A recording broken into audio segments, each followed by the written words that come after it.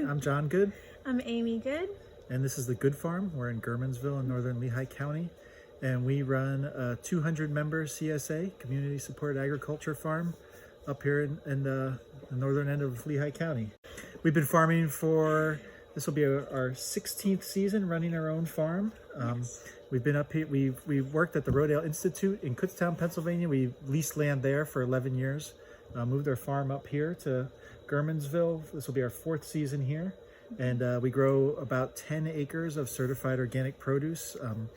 And members of our farm community either come to the farm once a week, or we have pickup sites throughout the Lehigh Valley, where throughout the season they get a different selection of seasonally available, fresh, local organic produce.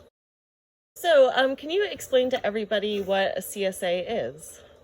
I think CSA is a confusing term, but it stands for Community Supported Agriculture. Basically, it's a farm share subscription service, we also call it. So you're joining a farm for a whole season, and then you're making that commitment that you're going to get your produce from this particular farm, and then we provide a beautiful box of fresh, amazingly delicious vegetables for 22 weeks from June through the end of October. It really gives you a good connection to a farm. You also get a lot of variety, inspiration, like different things to cook. We grow pretty much every vegetable that you could think of. In June, for instance, you're going to have strawberries and peas, but you won't have carrots. You learn what comes in Pennsylvania at that time of year. And I think for a lot of people, it's very freeing. Instead of going to the grocery store and having a million choices of vegetables that don't really taste very good, you get a good assortment of vegetables that do taste amazing. And then from there, you can make beautiful meals. And from the farmer's perspective, the CSA, I always consider it a mutually beneficial relationship between the customer and the farmer. Mm-hmm. The customers get the great box of produce that Amy's talking about every week throughout the season, and the farmer gets a guaranteed market for his product, or her product. We grow it before the season. We sign up most of our CSA customers, so we know where the majority of the food we're going to, what the market is ahead of time, which allows us to plan better, to grow specifically for our CSA members. And it also allows us to concentrate really on doing not only a good job in producing the product, but because we don't have to spend as much time marketing during the season in terms of wholesaling or maybe going to farmers markets, other venues to sell our produce, we're able to really focus on sustainability.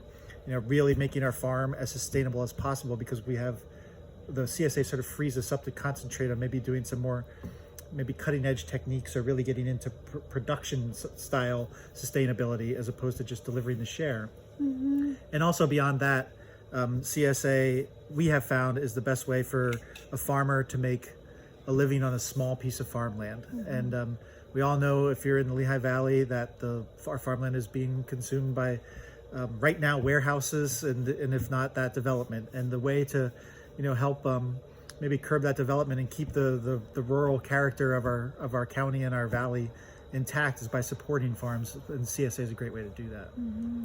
One thing I always like to think of is food with the farmer's face on it.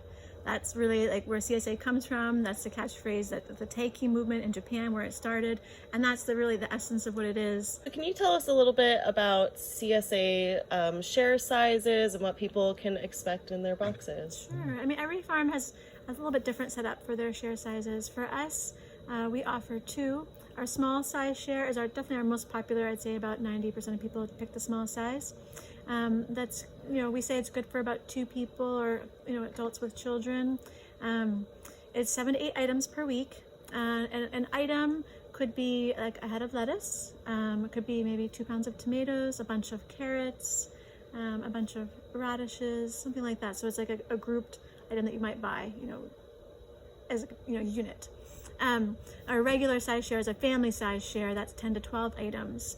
So people who get that are usually larger families, or we have some people who just really like putting up their own produce. I have a member, it was just her and her husband, and she gets the large size share, and she cans and freezes, and she never has to go to the grocery store in the wintertime. So it really depends on your eating preferences. We have some people who buy the small size share and actually split it. So you can do also like a bi-weekly pickup if you split with another person. A lot of CSAs will offer, the option to split your share with a friend, neighbor, whatever. And people, you can get harvest calendars from a lot of CSAs. We distribute one, so you can actually see each month of the year or the growing season and what's going to be in that month typically. And then one thing that we really try to do is focus on making sure that you don't get, like people are afraid you're going to get kale every single week for 22 weeks. So we try to really focus on diversity. There'll be a kale maybe once or twice in the spring, maybe again a couple times in the fall, but every week you're going to get something different. So it's really exciting. It's like, I know, like, I get really excited for the shares to start, for those fresh greens to come in, but then, and so many strawberries as you can eat. Then, by July, you're really excited for the fruiting crops to come in. Then you just eat so many tomatoes, you almost don't know what to look at. Don't look at another tomato by the time September's coming around. Then the tomatoes start to wane, and then the fall crops are coming in. So it keeps you very, very excited, inspired to cook. You never have that question of like, oh, I'm just going to go to the grocery store and buy the same thing I always buy. Like something's new's coming in your share. You get new ideas of what to cook, and it keeps it very exciting. And I think once people get into the rhythm, it is really a rhythm, a cyclical rhythm. You become more comfortable, and you really look forward to each thing as it comes along. I know we have members who've been with us for several years, and it takes about, I think, 3 years to really get the cycle. And once you get it, you're like, oh, this is great. I can't wait for that next thing to come, Can you talk a little bit about, kind of what kind of people a CSA works well for, maybe what kind of, lifestyle or people a CSA might not work well for? I would say our members, tend to be people who are foodies, really like to cook, like to use, fresh ingredients and chopped vegetables. Often we have a lot of families, people with kids want to teach their kids like where their food comes from. Want to actually expand their kids' palates. I think when you bring children out to the farm and they can pick the pea from the vine themselves, it changes their world. They're going to eat those peas, either in the garden or on their plate at home, or maybe even both if you're lucky. We have kids who come into the barn and pick up their shares with their parents, and they go right into the basket of peppers and start eating a pepper right there, in the pickup room, and that's really just amazing. And the other thing I would say from my perspective of, what type of person a CSA can appeal to is really any person. I grew up in Aimee, Pennsylvania, in town, and I grew up eating, kind of Pennsylvania Dutch comfort food, and I still to this day love Yakko's hot dogs and French fries.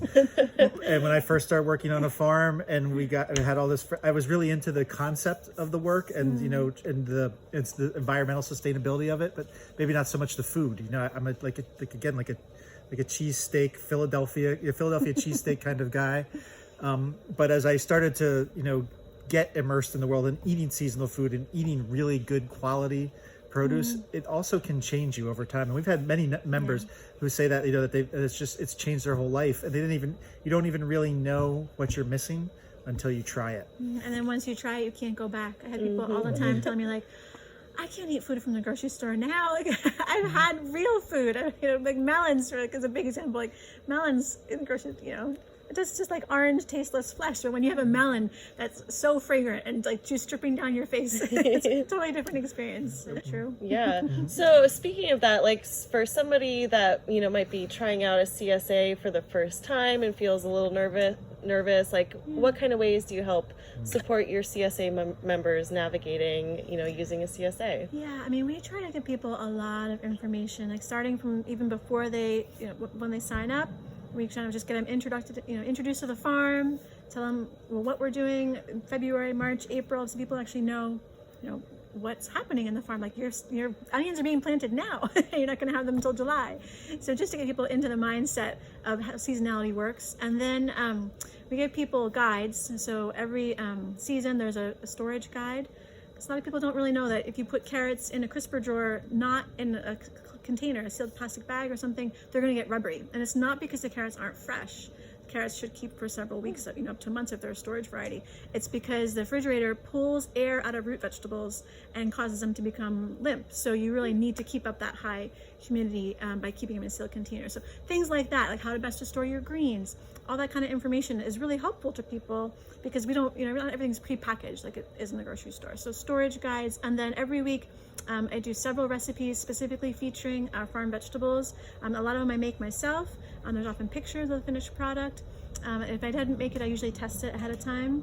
I get frustrated when a lot of recipes combine things that are not seasonal. So I either show you people how to make substitutions in the recipes that they really like so that you can use seasonal ingredients, or just provide recipes that really work well. And also templates, how to have a couple menus that are easy to like stir fry and different types of soups, salads, like how you can just put things together and have amazing things that aren't hard. It's like I have kids and I work full time on a farm.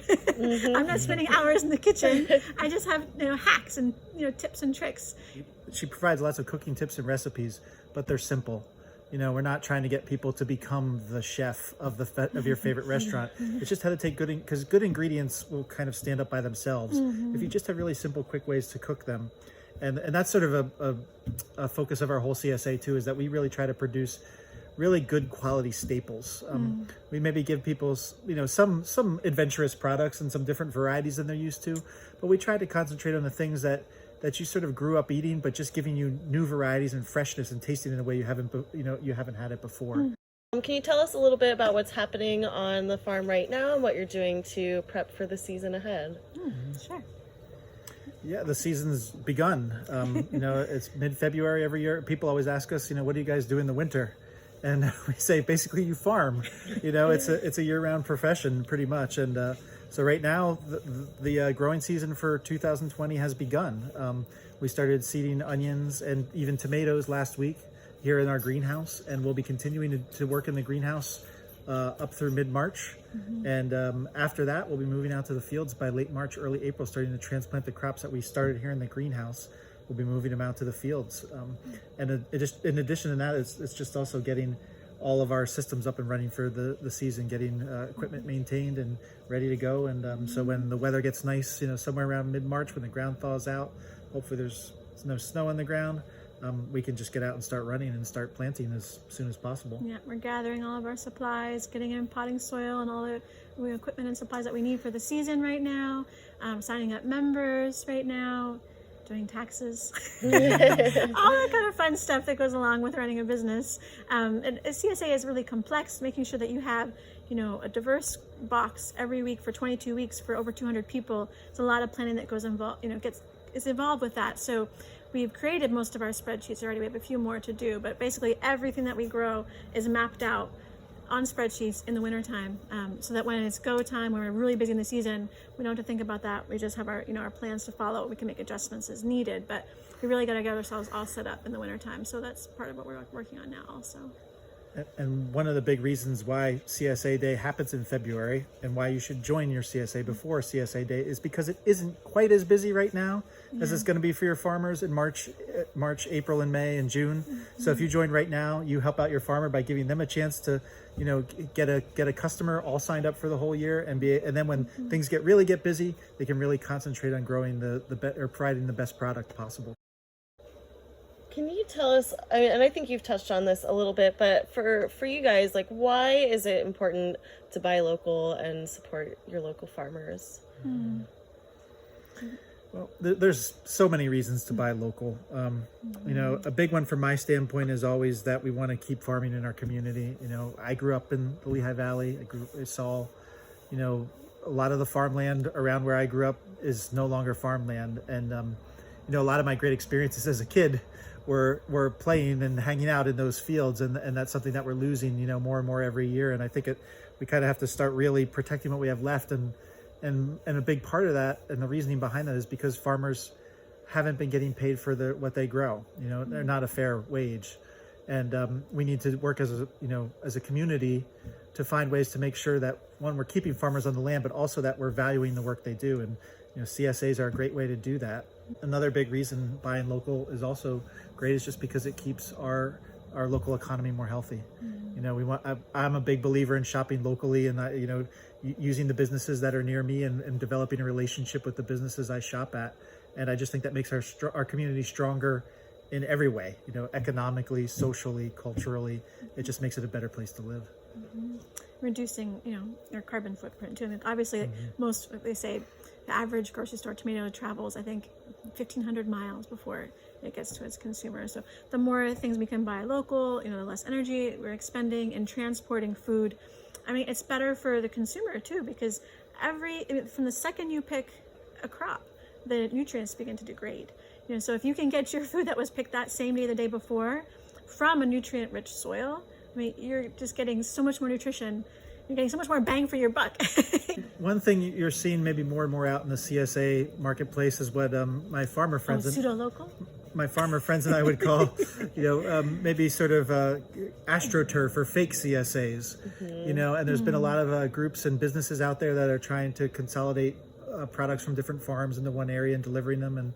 And some of them do a good job, but a lot of them are really just trying to kind of capitalize on the movement that farmers like us and our friends created. And you really want to make sure that when you're buying a CSA share, that you're buying it from a farm and a farmer. And I think working with the farms that through Buy Fresh, Buy Local, and through folks like us and some of the other farms in Lehigh Valley, you can assure that's the case, that when you buy a CSA share, that purchase you made is actually going to support a real farm family. And that's become something that's been a bigger issue as sort of food industry has tried to pull the rug out from a movement that farmers made from scratch. And we're trying to get back to making sure that people really know where their CSA share comes from, and really getting to be in touch with the farm that makes your food. It's still important, and it's something everybody should have the chance to do. So we're at the Good Farm. This is our CSA pickup barn in here, also our pack house and shed. People, when they come to pick up their CSA share, they go right in here to get all their beautiful vegetables. This is our greenhouse here at the Good Farm, and here in February we're just starting onions right now. These are all on heat mats, but in the following basically 2 months, this entire building will be full of plants started out for the 2020 season. It fills up in here really quick. Doesn't look like much now, and in about 3 weeks from now we'll be looking for space to put plants in this building and getting ready to go out.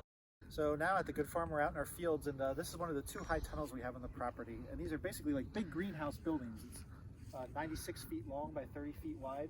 And in the summer, we actually grow in the soil inside the building. We'll grow tomatoes in there. We grow these great, beautiful, big, beautiful, giant tomatoes. They grow like Jack and the Beanstalk type plants in there. And in our other tunnel, we'll grow cucumbers.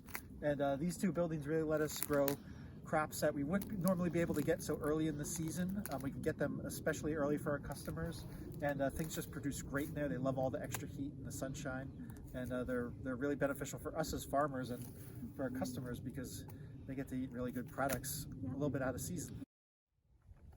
And so these are the fields at the Good Farm, and this is where all the produce we grow comes from. We have basically about 10 acres of production fields behind us here. It's the winter time now, so most of them are resting in cover crops. But as you can see, it's a nice, beautiful spot here in northern Lehigh County. We have the Kittatinny Ridge and Bake Oven Knob right up behind us. And this is where all your food comes from if you're a member of our CSA. It's all certified organic soil. It's really good soil, grows great melons, sweet corn, and lettuce are a couple of the specialties. We grow a whole bunch of other things here too. Oh, carrots too also do really well. But those are some of the things that do really well in these northern Lehigh County soils, as well as potatoes. If you look down the distance, you'll see an old potato barn probably built about 100 years ago. And that was made because this area is famous for chipping potatoes for really like about 100 years. Again, it's great soil, beautiful location, and if you end up becoming a member of our farm, this is where everything you get will come from. goodfarmcsa.com. You can go right to the website and click on Join Now. It'll take you to our sign-up page. Right now we're doing a CSA Day campaign. You sign up by CSA Day, you get a Good Farm tote bag with our beautiful logo. All right. So, yeah, check us out, goodfarmcsa.com.